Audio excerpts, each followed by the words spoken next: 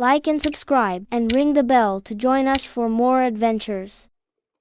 Timo notices smoke rising from a dry patch of forest nearby. The wind is picking up and the air feels hot and tense. He cannot stop the heat or control the wind. A new word becomes important in this moment: mitigate. Mitigate means to reduce the severity of a problem. Timo quickly clears dry leaves and fallen branches away from the area to remove fuel for the fire. He digs a shallow trench in the soil to create a break that can slow the flames. The fire continues to burn, but it spreads far less than it could have.